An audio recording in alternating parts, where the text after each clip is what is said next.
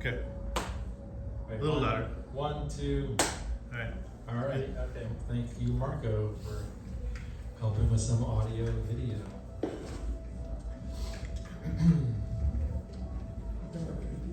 What's that? I'm just recording for myself. If anyone has an issue with recording, let me know, and I'll just make sure. You can sit. If anybody doesn't want to record, you can sit more in that corner. That corner is. It's pretty zoomed. Mostly Pretty zoomed in. picking up Mostly me. Yeah. yeah. So, but also if we want to do any sharing later, nobody has to share.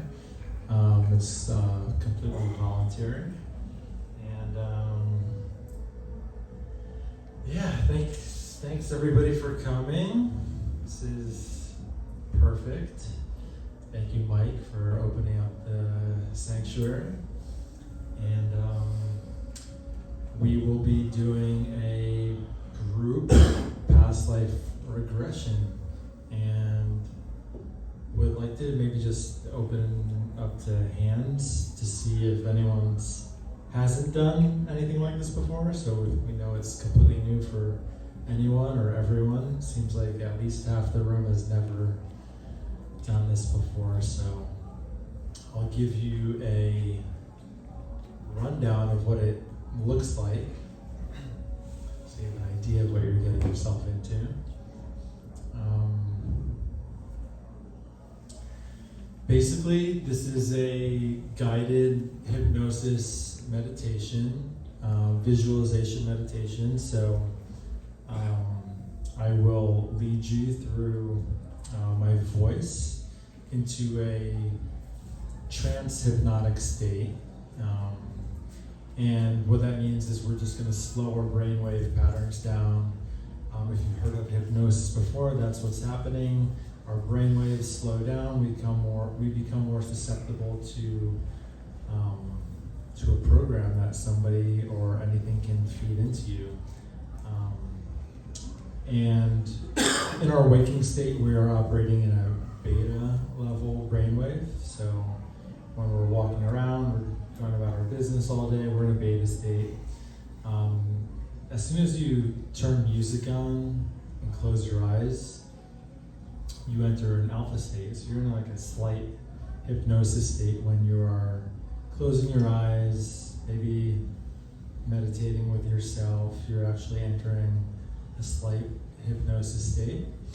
And then a deeper state of trance and hypnosis is happening right before you fall asleep at night, and right after you wake up in the morning. Your brainwave pattern is in a theta brainwave state, and they say that's the best time to maybe listen to subliminal messaging that you want to help to reprogram some of your own thought patterns. If you want to manifest more money in your life, or more love, or anything really, relationships, a new job. Practice thinking about those things right before you fall asleep at night, or right after you wake up in the morning. It's a great time to have a gratitude practice, a manifestation practice, because our brains are like in that state that they can really take in and absorb that message, those programs. So past life regression is used to help or just tap into your subconscious, and your subconscious can be guided towards your higher self, and your higher self is kind of all-knowing source, universal information and energy.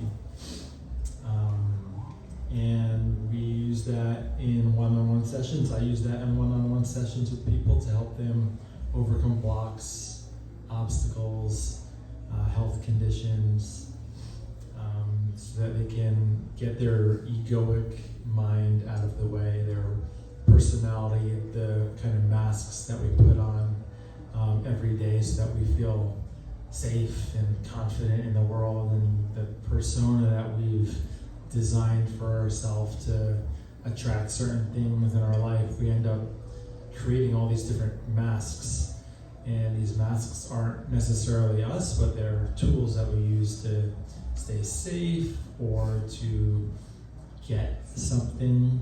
We want to appear a certain way to get a certain thing. So masks are tools, but sometimes masks can get out of control and harm us in different ways because maybe if we're wearing that mask for too long, we forget who we really are.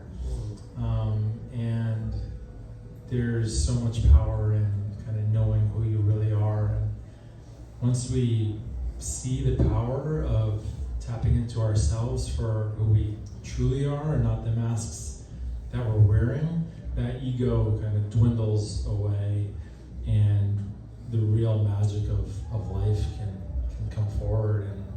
And because that's the energy that you carry when you walk around as yourself and not as your masks. So it's definitely something that I've been learning a lot for myself throughout life. It's definitely been highlighting itself and magnifying itself for me in the past 6 months. And so I've just been very excited to share this practice with as many people as I can, because this practice of past life regression has highlighted all of these things for me in a really powerful way. And a lot of the work that I'm doing is one-on-one, but this group setting is a way to share the message with more people, and then also a way for more people to just kind of test the waters and see what else is out there and expand our minds and consciousness and our horizon of life in a fun way, in an adventurous way. So this is designed to be fun, this group regression workshop. Things might come up that are in your subconscious, and that's perfectly fine. If it's scary, sometimes there's repressed things in our psyche that we haven't looked at in a long time, and that's okay. This is a safe place to have those insights. It doesn't mean you have to share them, but you're free to share them if something comes up today. And it could just be a really fun adventure. It might not be intense at all. But what I'm going to do is I'm going to pass around some pen and paper. I have some cards for everybody. And as we go on these different journeys, we're going to go on 3 journeys. One is going to be to a past life. One is going to be to meet our spirit guides or angel guides, whatever that looks like for you. It could be different for everybody. And then the third one is going to be a future life. And after each one, I'll ask you to just write down the experience that you had and capture it so that you have something to walk away with. And when we capture it right after that experience, we can remember more details versus trying to go home tonight and remember everything that happened, because it is all pretty dreamlike, and dreams tend to fade pretty quickly unless we're diligent about writing them down and recording them. So I'm going to take a second here, get up and get you all a note card and a pen and pass them out.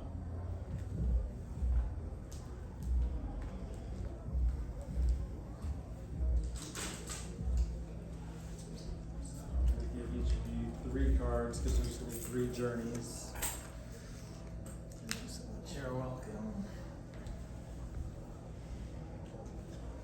I know that was a lot of information. There's 3 cards there for you. Those are very well explained.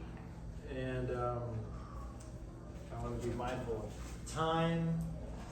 So if there's any questions about what we're doing, it's going to be kind of self-explanatory as we go. But if there's any questions going into it, I'd love to answer any questions that anybody has.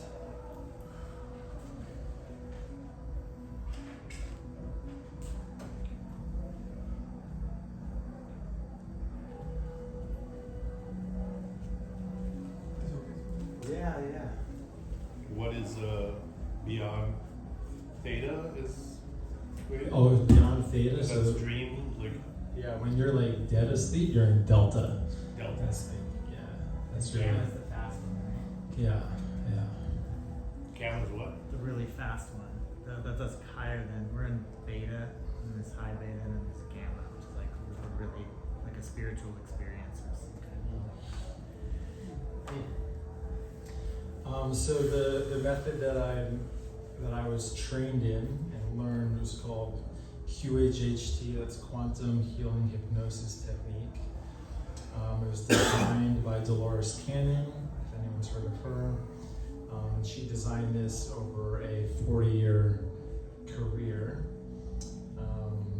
And she found it to be an incredible way to help people heal all sorts of things, symptoms in their body, physical ailments, psychological ailments, and beyond the healing, also ways to tap into the subconscious field of universal information. That's really fascinating. She's written about 18 books about Jesus, Nostradamus, UFOs, aliens, and all of the information in her books has come through in regression sessions that she's had with clients.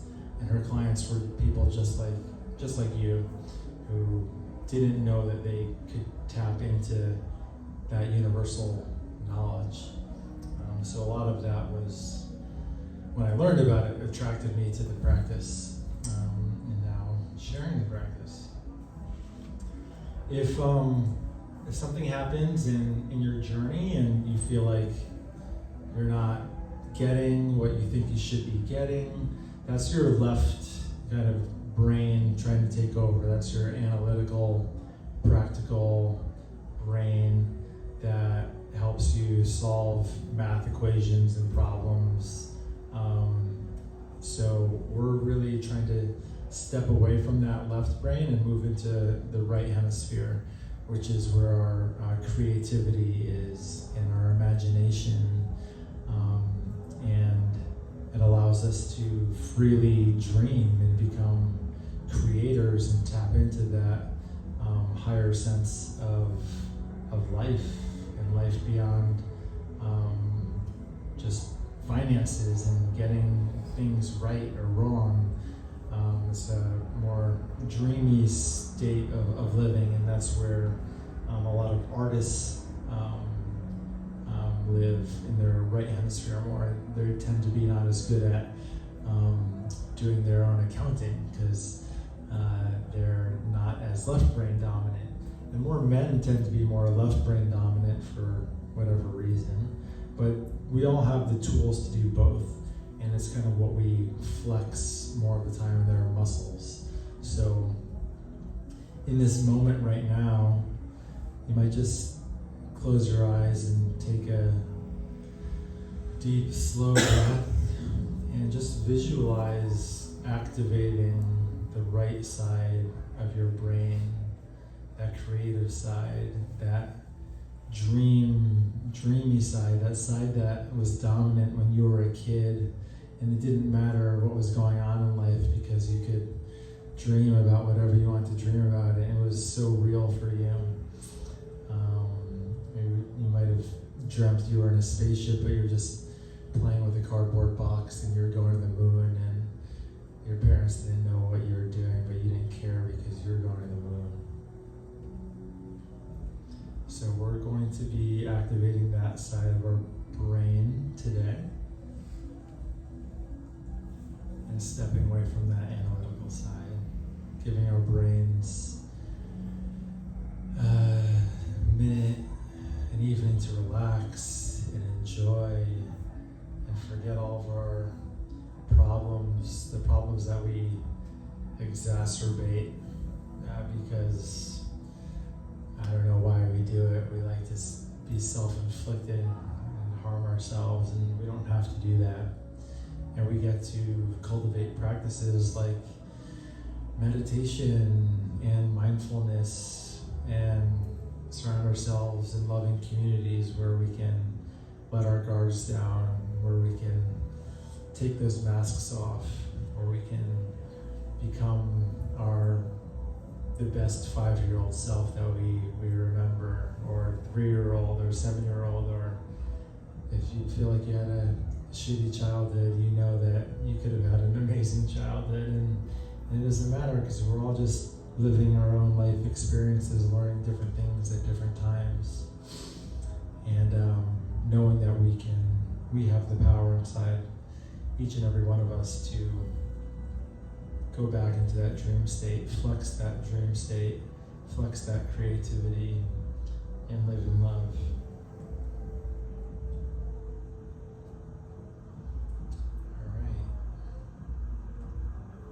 I'm going to take a moment here while you flex your dream state and your love state and your childlike innocence. I want you guys just breathe into that for the next 30 to 60 seconds. Enjoy that. Explore it. See where it takes you. See the side of your mind that wants to interrupt it and challenge it. That's the side that we get to let go of, that we get to disempower right now.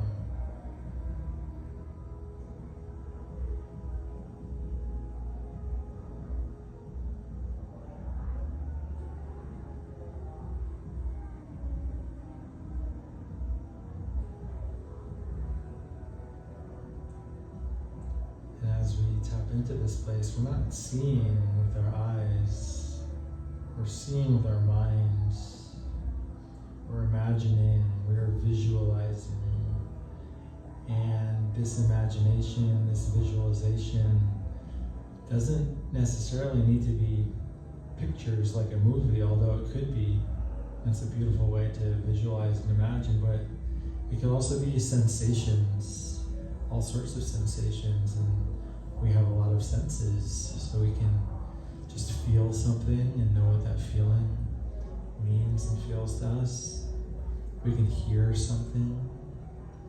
We can smell something. And the more we tap into these senses, the more real an experience in our mind can become.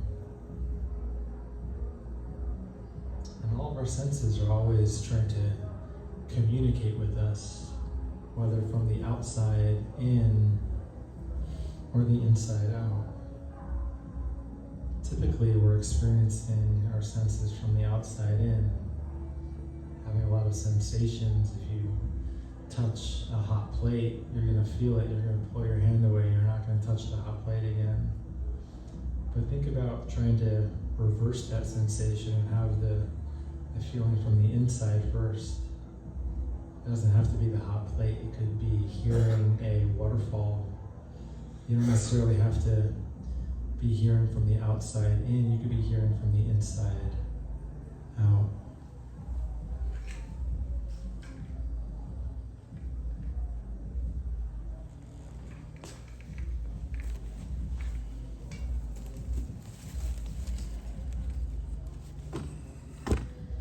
So we're going to start with an exercise to practice visualization and using our imagination to show you how easy it is to visualize. So your eyes are all closed, you're relaxing, and I'm going to ask you to see something. Just go with it, and when you see these things, I want you to try to put action into it. Not only see the picture, but hear something. Try to hear what is going on.